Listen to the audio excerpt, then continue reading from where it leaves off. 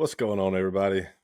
Casey here. Thanks for tuning back in to another episode of the Fish Lift Eat podcast. Got my favorite bearded Okie joining me today, the one and only Papa Stark. What's up, buddy? What's going on, brother? Oh man, just excited to sit down and do this again. And we got a real exciting guest that I'm excited to learn about what he's doing and everything. But we've got an award-winning outdoor and conservation author joining us today, Mr. Steve Ramirez. How's it going, Steve? Going great. When you said you had an exciting guest, I was wondering if this was my night. I'm kidding you. This is your night to shine, man. This is it. This is your time to shine. I'm great. I really like that intro too, by the way. Well, awesome. I'll tell my wife I made somebody proud today. Oh man. Yeah, man, I'm super stoked to have you on, man. This is kind of a treat, man. It is for sure. So I'm just to give you a forewarning though, Steve. I'm not the fly fisherman here in the bunch. You know, I chase the bass out on the lake, but we got Papa here. You know, he's our resident fly fishing expert. So y'all may have to dumb some stuff down so that I understand it, but I'm looking forward to it. Well, Papa Stark may have to dumb some stuff down so I understand it, and I'm a bass angler first and foremost. I just do it with a fly rod. So I got you. Oh, now I'm really excited. Well, I can promise you right now. I can promise you right now, the expert part of that is a large over exaggeration. I've said it multiple times on this podcast and to other folks. Like I don't know how I got in here and got dubbed the fly fishing expert, because there are a lot of guys on this team that have been doing it a lot more successfully than I have for a long time. I don't know if it's just the passion that I speak about it with or what it is, but expert, far from it, sir. Far from it. Well, luckily for everybody that's, you know, not an expert or is out there seeking, you know, some new knowledge and how to get into fly fishing or just fishing in general, you know, I think our guests can provide some really good resources for, you know, for people wanting to learn more about fishing in different parts of the country and in different ways. But why don't we just go ahead and jump right into it, Steve? Let's talk about the casting series. Okay. Well, the casting series was Lions Press, and it just so happens this is a great day for us to do this because today is the day that I submitted the full manuscript for the fourth book in the series, which is called Casting Homeward. In that book, I travel from Alaska's Bristol Bay all the way across America backwards in time. What I mean by that is I'm going backwards in time from when Europeans migrated towards the west. I'm going the other direction. And I do that all across the Rockies, through Oklahoma and Texas, all the way up to the classic waters of the Northeast and end up right outside New York City in the Catskills. And that book will be coming out September 1st of 2024. But the series started with a book that I wrote about 6 years ago, maybe 7 years ago, called Casting Forward, and that's the one we were talking about earlier that's now in a movie starring Brian Cox called Mending the Line. And Casting Forward takes place here in the Texas Hill Country where I'm from, though I grew up part of my life in Florida. And back when it was still wild, back when there were still more gators than people, I still remember panthers walking in my tracks when I was a kid out in the woods. Oh, wow. Old Florida. But most of my life I've lived here in the Texas Hill Country, and Casting Forward takes place here. The military connection to it is I'm a former Marine, and I spent 35 years of my life either in the Corps or as a civilian working Homeland Security and counterterrorism and other parts of the we'll say, criminal justice process as well, dealing with bad guys of all types. So I was armed for 35 years, dealing with the worst of humanity, saw a lot of death, a lot of terrible things. And now I spend all my time surrounding myself with people like y'all with good folks and we go fishing, and I don't deal with any of that anymore. And it's really nice to put it behind me. So that was casting forward. It's me and my daughter actually, and she's in part of it, and we're in the Texas Hill Country. Then I went like ripples out from a pond, to use that metaphor, and casting onward. In the second book, I decided, by the way, if I ever took a moment to think of how hard these things were to do, I would never do them. I just come up with the idea and figure it out. Because if you think about it, I'm a starving artist. There's no big money behind me. So I came up with the idea of casting onward. I was going to travel all across America to every major watershed I could find and chase native species only, trout, bass, etc., muskie, and tell the story of what's happening to our country as far as through these fish. And you're down in Georgia, and you know bass, and there's a whole bunch of varieties of bass that they're discovering in Georgia and Alabama and South Carolina that people didn't even know existed, and they're in danger of being gone before we can catch them.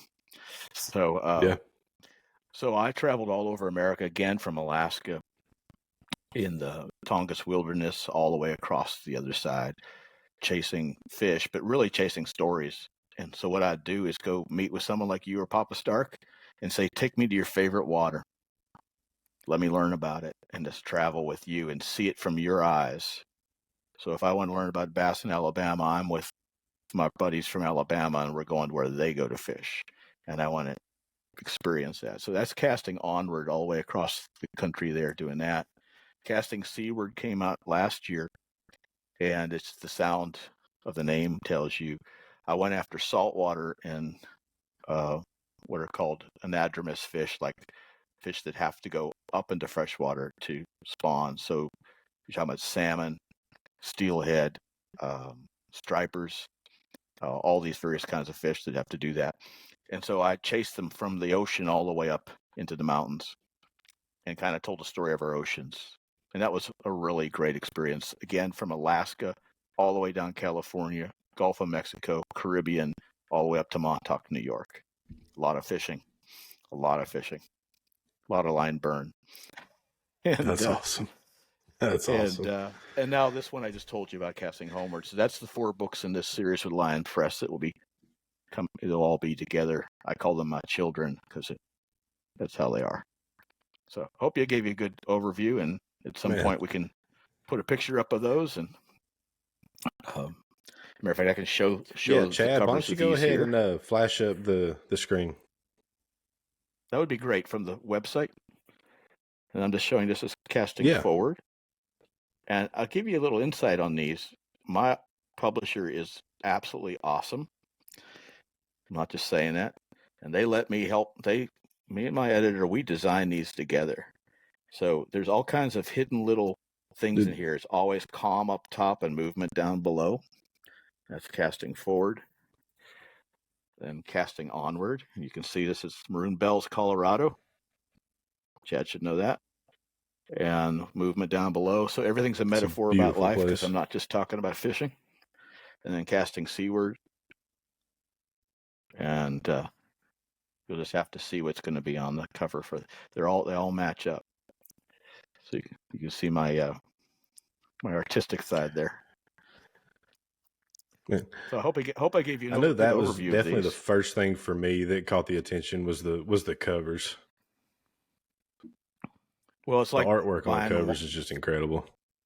It's like so many things that we love. When we go looking at a bottle of wine or we're looking at craft beers or whatever, we look at that label and it tells us something. It either says interesting or boring. So glad you liked it. Yeah, there's definitely nothing boring about anything going on in the artwork of these.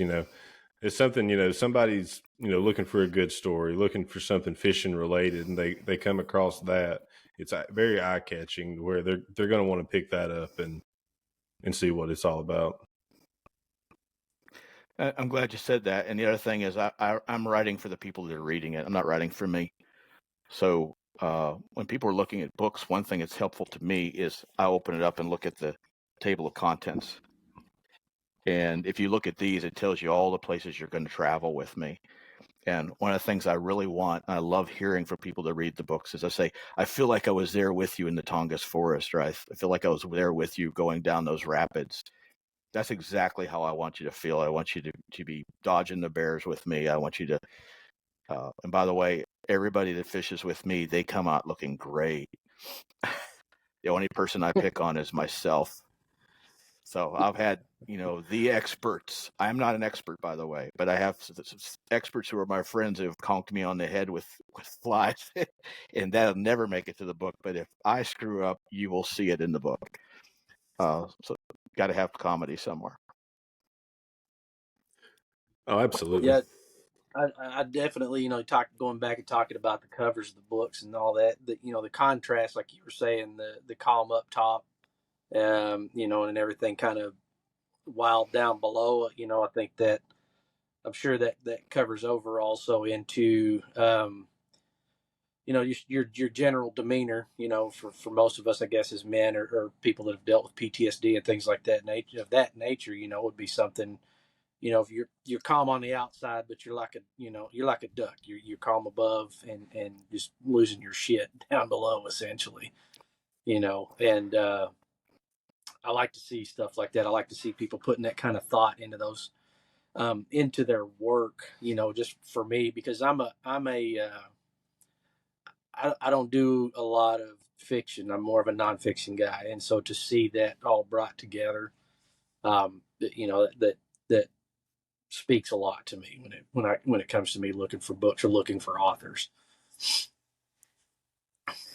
And I hope it does speak to people. I put a lot of thought into it, and there's a lot of things. And you may have guessed, I'm not really writing about fishing. I mean, Right. These are all fishing adventures, and you're going to have fun going on them with me, whether we're standing in the surf in California chasing Corbina, or we're in the Bahamas going after bonefish, or we're catching salmon up in Bristol Bay, which I was just doing in this fourth book. I mean, all of it's great fun. You're going to be in the float planes with me. You're going to, there's certain things I can't write about because they don't need to be in the book. That's what podcasts are for. Yeah. So, I want people to have that feeling. But the truth is, the other thing I love is that I was doing a book signing in San Antonio not that long ago, and a big Papa Stark, he reminded me of you. You remind me of him. This strong man. He came walking in, and he had my books already. He wanted me to sign them, and his wife was with him, and she was a sweetheart. And all of a sudden, in the middle of us just having a conversation while I'm signing, he starts tearing up. And I'd found out he had gone through some really major life trauma a couple years ago. And his wife came over and touched my hand. She says, "My husband won't tell you this, but your book changed his life and changed ours." And I said, "Excuse me?" And she said, "I had lost him. He had not laughed or cried or showed any expression for 2 years. And he was reading Casting Forward, and I heard him laughing. And then he started crying, and then he was laughing again." And she said he's been back ever since. Now, that's the reason I write, because that's worth everything right there. We're all in this together. And I've seen enough bad to know that we make it good, or we make it bad. And so what I'm really writing about while we're out there, if you think about you're fishing with your buddies or you're hunting with your buddies. I've been a hunter too. I was hunting just a couple weeks ago. You just get to be yourself, right? And when you're sitting in a blind, or when you're out there on the river, you get to be human, and all the bull just washes away. Just think about it. So in this fourth book, one of the things I wrote is, I wish every kid in Gaza and every kid in Israel had to go fishing together. And you know what I mean? So, I've been in the warrior class all my life, 35 years of carrying a weapon. So, been there, done that, know that it sucks. So we should all just go fishing. So I hope I didn't go on too much. Yeah, absolutely. But you can tell I'm passionate about this. I'm not writing because you're it's like a gift. I'm trying to give out and say, hey, you can go through hell and you still be happy. You can still be powerful, strong. Yeah, that's awesome. And definitely, no, you did not go too much on that. I'm glad that people are able to see where your heart is and where the real backbone of your books are, and what your writing is, because of just like that little story you shared with us. It's, you never know how much impact what you do today is going to have on somebody down the road. And if you get hesitant or anything like that, and it keeps you from doing what your passion is, you never know who you're going to be able to help in the first place. So I thank you for sharing that with our listeners, so that they can get a true background of where your writing inspiration really comes from, because that's incredible. Absolutely. Kind of got me in the fields all of a sudden, with all that kind of stuff, like it's one of those things, my wife and I discuss, pretty regularly, and we try to do, when it's piling up on us, and not just general stuff, but marital things, and other things that she and I have gone through in the past, like or in general sickness. Like right now, she's not feeling real well, and I've got a fishing trip coming up this weekend that she's supposed to be a part of, and we were talking about it, and I was telling her, maybe if you want to hang at the house, that's fine. I get it, you don't feel well, and it's she's I forget where I heard the term, but nature dependent person, like the rest of us. And so getting out and getting in the water, like I just got her, to fly fishing within the last year, to get out in the water, and like before you know it, she's chin deep up under, some overhang somewhere, just having a great time. And all those things that you were saying and talking about, that like utilizing the outdoors, and in being able to utilize our experience with other people to explain that to them and bring that to other people as well. Like I said it on our last podcast with one of our team members, was I enjoy more getting to share the outdoor space with people that have never had the opportunity, or had anybody that was willing to share it with them. I enjoy doing that more than just going and doing it myself. And yeah, just an immense amount of respect and appreciation for the way that you convey that message, and laying that out there for me today. Like, kind of needed to hear that today more than I realized it until you were just kind of talking about it just now. So I'm glad.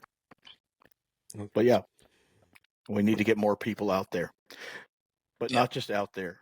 So here's the other part. I don't want to sound like I'm on a soapbox, but I might as well share, because we just met. First dates are always awkward. So, I feel like nature and the outdoors saved me. My dad took me outdoors, and that's my fondest memories. And when I've gone through my worst times, and I've been through all of them that you could imagine, down to the point, and I don't hide this in my books, where I wasn't sure I wanted to go on living. My last best friend from the Marines committed suicide 3 years ago. We know that is out there, but if we can we need to pull together as a tribe, and because everything is temporary, every problem is temporary, and there's a whole lot of beauty out there. And I find when I'm standing in a river, I just cannot feel bad. Even when I fall in the river, I don't feel bad. So, which happens. Yeah, I just can't feel bad when I'm out there. If I'm standing in a river, if I'm on a blind, whatever it happens to be, you're out there in nature. Yeah. And it puts everything in perspective. Yeah. Well, but the other side of it is, I want us to take care of nature, because 100%. It's not just about how we use it all up. Yeah, absolutely. Leave it better it's got to than be you there found for those kids. For sure. Yeah, we're not doing that. Yeah. What is it? Is a guy named Doug Duran? He says it's not ours; it's just our turn. That's really well said. Yeah, it's just our turn. We're passing through. That's it. There was I used to be a college professor too, and when I was a college professor, I taught more about life skills, I think, than I did the topic sometimes. And I would tell these kids, I said, think about all the faces, the billions of people who have lived before you, all the times they've laughed, all the times they cried, all the things they did, all the battles, everything. You can't remember any of them. No one's going to remember you either. I would tell them, get over yourself. It's the value is what we do while we're here.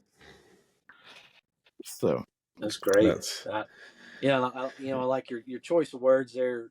Talking about, you use the word tribe. My brother-in-law, he wrote a blog for the Hunt Lift Eat team a while back, and he used the term tribe when he was writing that article, and it's really stuck. Man, we were already building this team and trying to turn it into this community, and then when he did that, and tribe really stuck, and so then it really kind of lit a fire up under everybody to really start pushing this thing, because that was the intent for getting this thing started. When Luke, our founder, got this whole thing going, I can't remember. I may have explained some of it to you when we spoke on the phone, but he said he kind of did it kind of selfishly so that he would still have a community when he got out of the military, because it's such a big community aspect, or the big aspect of the military is the community. And just, the way this whole thing has coalesced, and the family that we're building, it's been unreal. And so, sticking, finding your tribe, sticking to your tribe, and everybody here, we're all on the same playing field. It doesn't matter if you're a new member or a guy that's been in this thing for the 2-3 years that it's been going. We're all here to lift each other up. We're here to pull each other down when needed be, hold each other accountable. That's what we need. It's what everybody needs, Yeah. And so, yeah. I don't know about y'all, but I think we've kind of lost community. Oh, absolutely. Across the world, in our country, across the world, there's no sense of community anymore. That's one of the things I love about the fly fishing community or the outdoor community, because it is a community to some degree. There's differences in it. And I certainly, my kind of writing will not fit everybody's enjoyment. And that's fine. That's fine. It's if okay. What Neither you're will looking this podcast. If what someone's looking for is an expert, I'm not your guy, and I never want to be an expert. By the way, I play guitar over here, and I don't even know what most of the notes are I play, and that's on purpose. I can learn how to read the notes. I just don't care. I want to have fun, and I play blues because I like the way it feels. I love it. And I don't want to follow the notes. I want to make it up as I go. Yeah. I took the same approach. You know what I'm talking about? I was a tour musician for a long time, and I never got into the theory and all of that mess. I just played, if it naturally came, it naturally came. If, I didn't need to get all into the, now I know some of the terminology, your 1, 4, 5 progressions and all that kind of stuff. I don't know what the hell that means. I couldn't tell you to this day, but it's all about being organic, It is. Like fishing. Yes. Like fishing. And I'll say for fly fishing, for me, everything relates back to any fishing. And in case you were going to get you over to the dark side or the light side, whichever you want to put it, because once you start fly fishing, it's going to ruin you for the bass circuit. We've been telling you too. It will ruin you. It will ruin you, and you'll say, "Oh well, I just can't now." So I know these guys have put on a very persuading argument for me, and then a lot of the guests that we've been able to have on have also made it very intriguing. I'm not going to lie, But oh man, I got bit by the bug for tournament bass fishing, and I'm obsessed with it. I can't help it. You know what?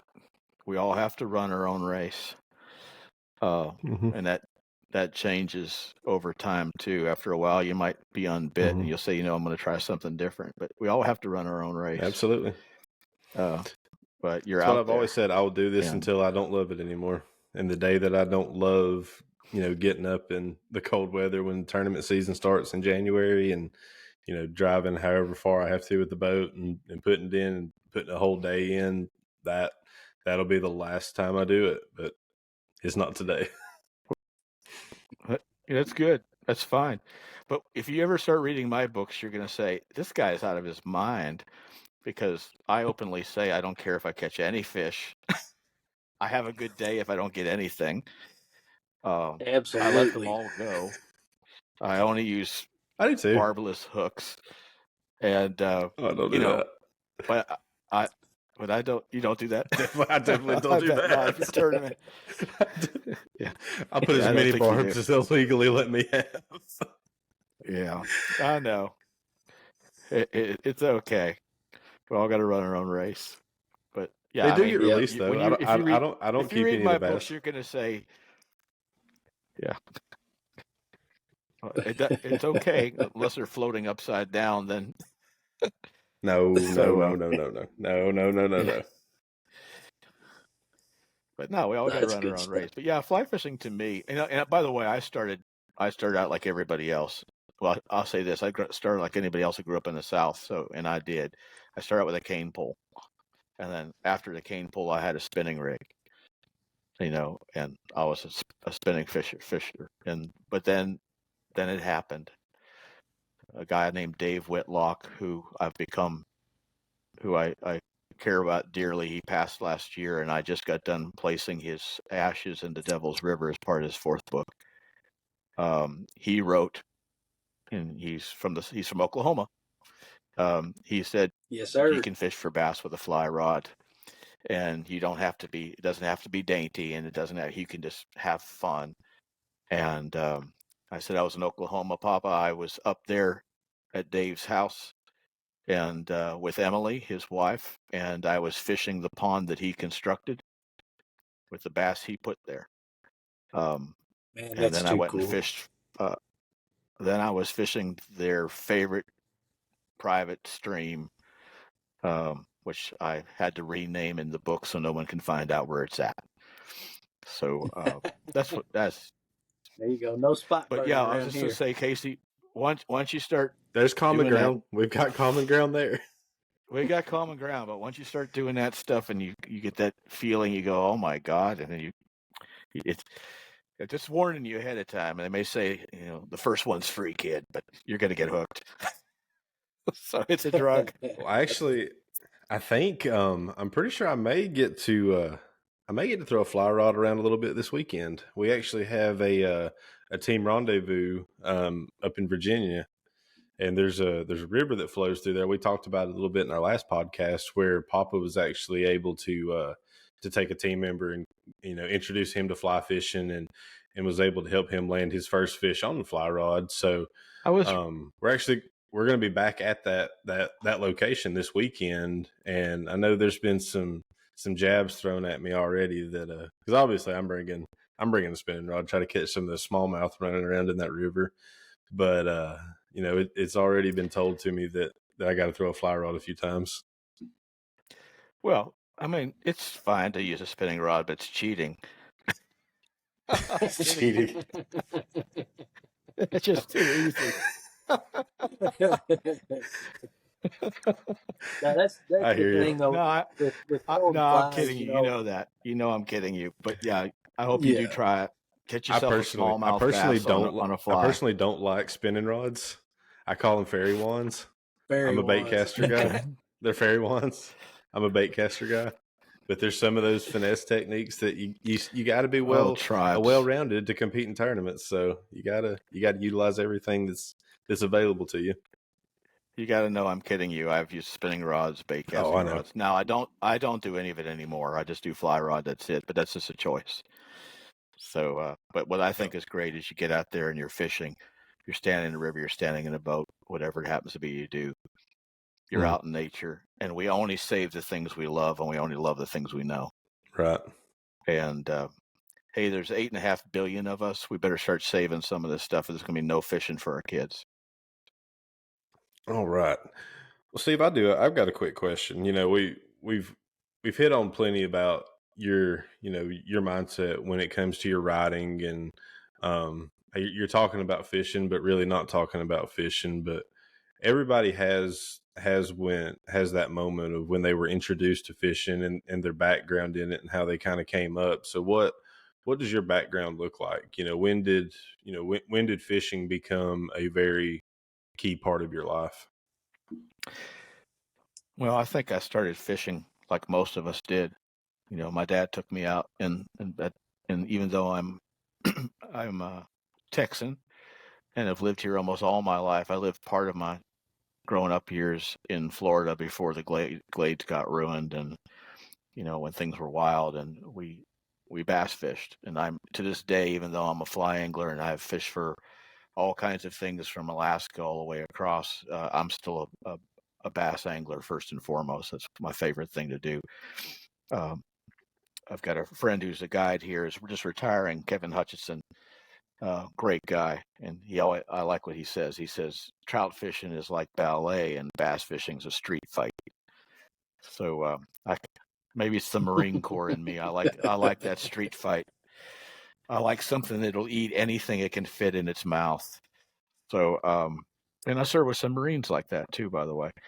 So so I grew up that way, like we all did, with my dad and I going out, and I always found it to be my happy place, my place where I was at peace. And that continued on. When I got out of the Corps, I went and studied up at University of Montana, and that's when I decided I wanted to get into fly fishing. And but we were like too poor for me to even get a fly rod. And eventually I got my first inexpensive fly rod and started teaching myself, like you said. I got on videos and things like that and just started figuring it out. Yeah. So I'm no expert. I'm a self-taught fly angler, and it shows. And I've fished with a lot of people that could be experts, that could be called experts, but I'm not one of them. And but there's something about fly fishing. There's a certain, if you get to see the movie Mending the Line, the one I mentioned that the first book is in, there's a part where the actor Brian Cox needs to calm himself. And he goes out to his truck and he grabs his fly rod, and there's no water around. He just stands there with nothing on the end of his fly. There's no fly tied on it. And he just starts casting to calm himself. He's a Marine veteran in the story. And, well, that's me. I mean, for my last birthday, I went out and stood in the Guadalupe River, and I was casting my fly rod. And my wife took a couple pictures of me for my birthday out there with my Stetson on, casting my rod. And some woman came up to the river and she said, "What you fishing for?" And I showed her the end of the line. There was no fly on it. I said, "Peace of mind." I didn't even have a fly on the rod. I just wanted to stand in the water and cast. I've caught enough fish in my life, So if I go somewhere and I catch lots of fish, that's nice. If I go out with a friend and we're on a gorgeous river floating down and the water's, cold and the fish are sullen and we catch one or two or nothing, I still had a good day. I'm not going to let anything ruin it. I'm not just there to catch the fish. I'm there to have the whole experience. So that's what got me into fly fishing. And I was kidding with Casey that it's not for everyone, but for me, there's a piece just in casting. Even when I mess it up, you may never mess up Papa Stark, but I do.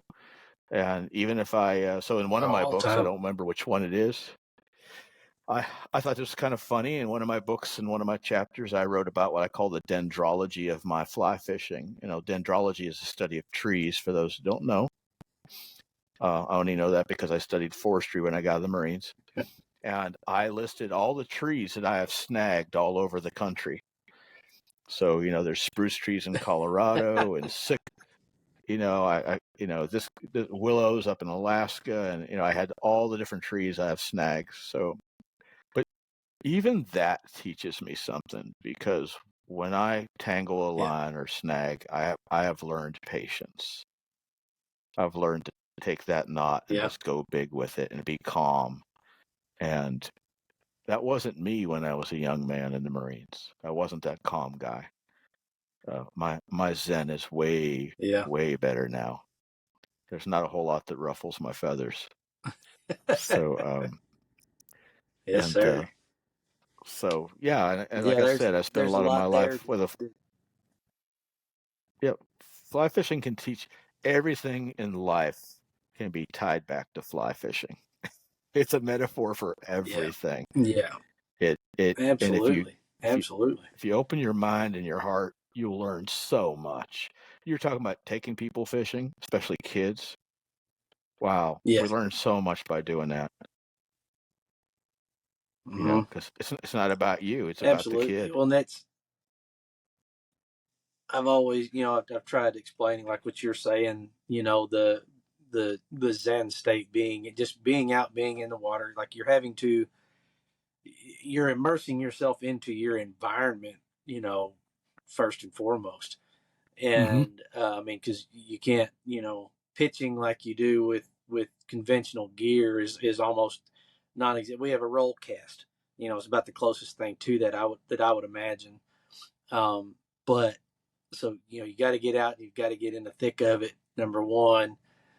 And but I was explaining to a friend of mine who's a coach not long ago that I said, look, man, like you get out and you go to waving back and forth once you're thinking, because you're having to focus on every little idiosyncrasy that's involved. And man, before you know it, like your jaw's relaxed. You haven't thought about the bills or any of these other things that you typically are going through your mind. And we got out and we got to doing this, and I got him out there and I said, man, when I took him, I said, you know how long we've been out here doing this now? And he's like, no. And I was like, we've been out here for a good 3 hours.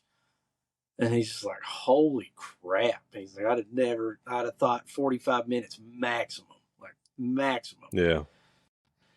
And it's just, that's what it's done. For me, I had some issues a few years ago. Like I discovered fly fishing and then some other things came about.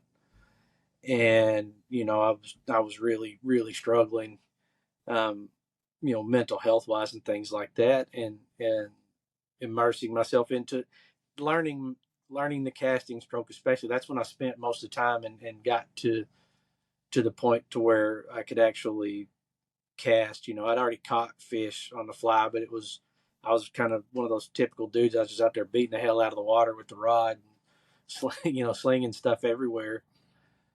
And so that's how I kind of that's how I relay it to everybody, because they're like, oh, it looks like a lot of work, or it looks like this, or it looks like that, and like, nah, man, you got to understand, like, it's just, that's the only way I can explain it. You get out there and you release, period. 100%. And that's what I've done. So, and I find that this is just for me, if I think about it. So in the Corps and afterwards, I studied martial arts for years.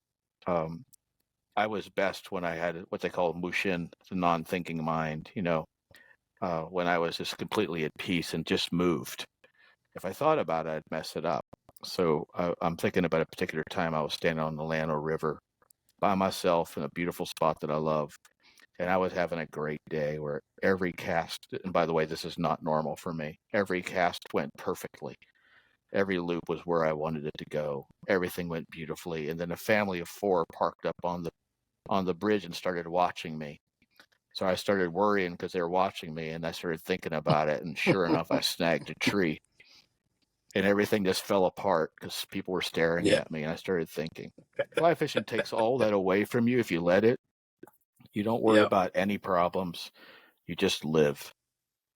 I mean, you kind of live like a wild person. And what I mean is, the birds in the trees and the fish in the water are not sitting around worried about the silly stuff we humans do.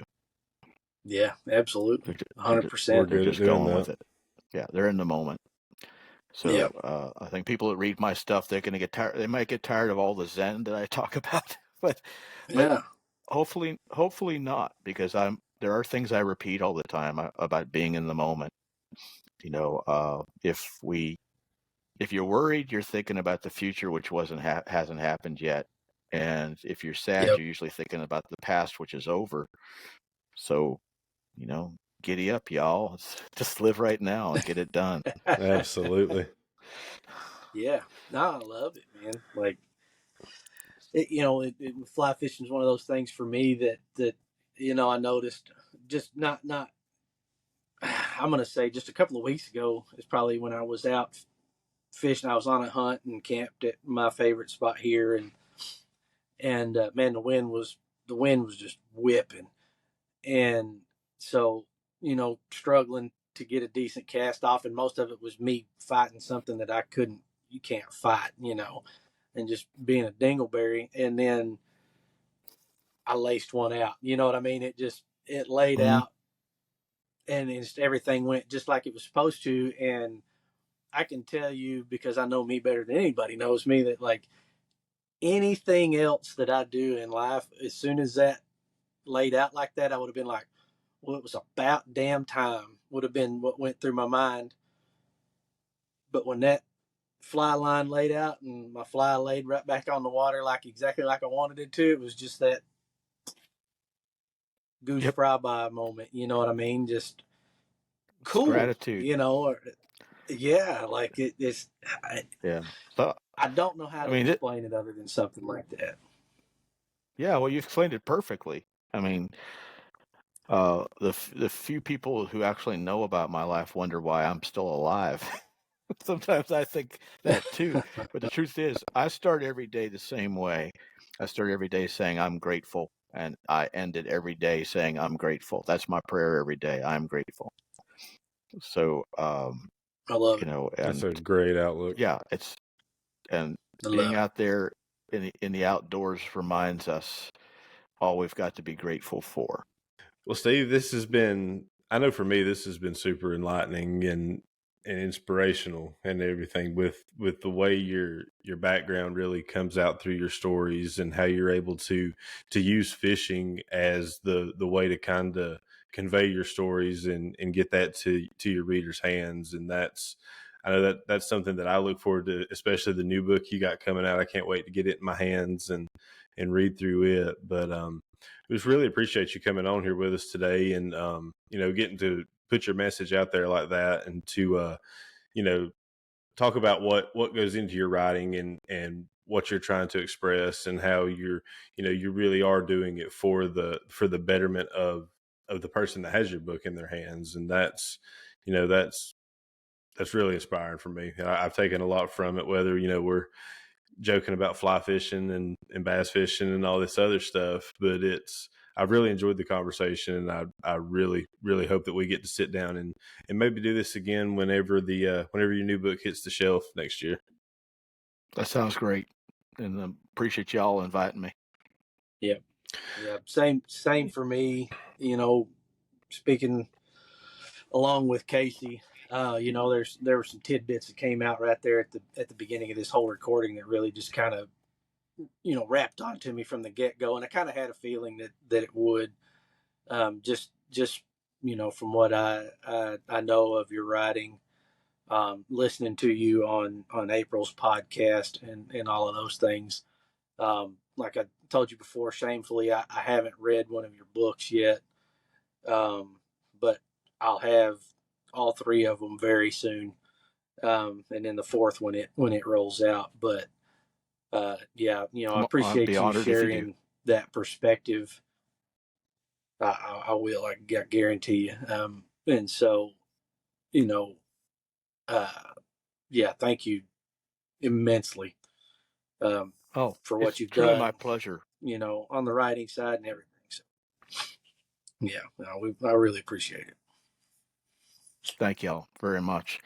Steve, where can people find you? On social media, and where can they, your website? Where can they go find your books, and where to purchase those, and things like that?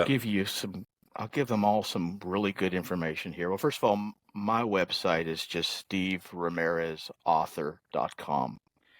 So if they just go to SteveRamirezAuthor.com, it'll also have a lot of stuff about what's going on, what's coming out, any events that I'm going to.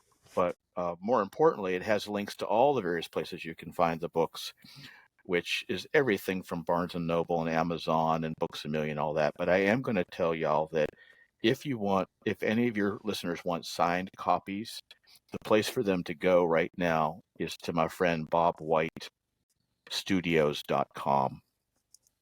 So Bob White is, if you don't already know, one of the foremost outdoor artists alive today. And I'm grateful enough to say that he's one of my dearest friends, and he does all this artwork in my books. Yep. He also does the artwork for John Gierach. And he's one of the best men I ever know. So I don't mind saying that. But Bob and Lisa White have signed copies of all three books. And why that's important. Now, I'm biased, but I think these things are beautiful in hardcover. And the Casting Forward one has become very rare in hardcover, and they have them. So, because it's gone to paperback. So BobWhiteStudios.com for signed copies, and then any place you want to look for them for non-signed copies like Amazon and Barnes & Noble. I would say go where your best price is. Save a buck. But Bob, awesome. why not get them signed? By the way, Bob is the artist in them, and he'll sign them too. And his signature is worth more than mine. So I hope that was helpful. So for all our listeners out there, take full advantage of that, because that's an awesome thing to have, especially, when you can get your hands on the whole collection. Yeah, for sure. And I guess the only other thing that, if it's okay for me to share, Casey, I mentioned the movie Men in the Line, especially if they're veterans or anyone. By the way, there's a civilian in that movie that struggles with traumatic stress. It's a great movie to help people. It's something I highly recommend just as a veteran with PTSD. And the last thing is there's two organizations I'm working with, and if we have any men out there that are dealing with cancer and living with cancer, I work with Real Recovery, where fly fishing is used to help men with cancer. And I also work with Project Healing Waters for veterans with cancer. Veterans with PTSD and other trauma. It's also for veterans who are wounded. So those are just some resources I want to put out there, especially to our veteran community. There's a lot out there, and we can use fishing to save a lot of us in a lot of ways, because it's our tribe. Absolutely. It's awesome. So anybody that could benefit from that, please utilize that, because if anything comes from this, I would love to be able to provide information that could help somebody in whatever hardships you may be facing. So please know that resources and help and anything that you may need is out there. So please don't hesitate to get connected with those resources. Yeah, that's awesome. Well, Steve, we do have one more question for you. This is the gauntlet that every guest has to endure at least once while they're on here. Is we got to know what's the one all-time best fishing story you got that just resonates the most with you? Whether it be the biggest fish, just the most memorable story, whatever it may be. What's your best fishing story? Best is really an open thing, So I'm going to give you a 3-part answer. Sorry about that. That's what happens when you ask a poet something. The first one is best. being with my dad, fishing in the glades on a gator hole. Next is another best, not second best, another best. Being with my daughter with her fly rod on the Sabinal River when she catches her first fish on the fly. And then third best, and that's not in order. They're all the same. They're all equal. just recently, I spent a week with my buddy Bob White up at Bristol Bay Lodge in Alaska. One of the great experiences of my life, and why pure adventure. If any of y'all can ever make it up there, you should definitely do it just once in your life. I'm not doing an ad. I'm telling you what I feel. If they ever invite me again, I'm gone. You know, it's everything you wanted it to be, everything I wanted it to be, from the float planes. I could have done without some of the mosquitoes, but just absolute fantastic adventure. So the idea of being out there with me and my buddy Bob, bouncing across the water in the boat, looking for, you know, keeping our eyes out for bears, going down Wrong Turn River. I was given a choice which river I wanted. One's named Wrong Turn. I said, "Oh, we got to go down that one. That's mine." I don't know. Good choice. I don't know. Hop with T-Bird, with the pilot there, and he's saying, Steve, you got to go fly with me, because we're just gonna we'll find some really far out lakes in the middle of nowhere. We'll just land on them, and we did. So yeah, I would say those two first ones, it's about who you're with, my daughter, my dad. But the last one is also who I'm with, Bob White. But this amazing place, and why Alaska was so amazing. Only Africa has touched my heart, like, because I lived in Africa for almost 3 years as a Marine. Alaska is still wild. It's still wild nature. Yeah. And it really puts things in perspective, because you are a tiny dot in that map. And I know some people got scared by it, but I love the idea of being in a float plane where the only way you can land is when you find the water, and there's miles and miles and miles of mountains and no water. I love the whole feel of it. So that's my best. That's my answer right there. Long and windy. I love it. I would expect nothing less from a good author. Thank y'all. Hell yeah. Well, this has been great, and to all our listeners, we hope that you were able to take something from this and get as much from it as we did. But then also make sure you go check out Steve on his website, and then take full advantage of this at bobwhitestudios.com and pick up yourself a few copies, signed copies of these books, and then be looking for his new book to launch in 2024. But then also remember, share it with us whenever you pick these books up. Make sure you tag us at Fish Lift Eat Official on Instagram, at Fish Lift Eat Official on TikTok.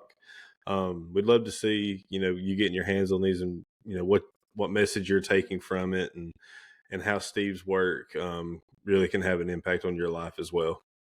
But in the meantime, Steve, I can't thank you enough for coming on and chatting with us. And I really hope that there's another one of these coming very soon in the future, so that we can sit down and talk some more. But I thank you from the bottom of my heart for coming on here and sharing your message with us. Thank you so much, all of you. It's been such a pleasure. Truly. Let's do it again.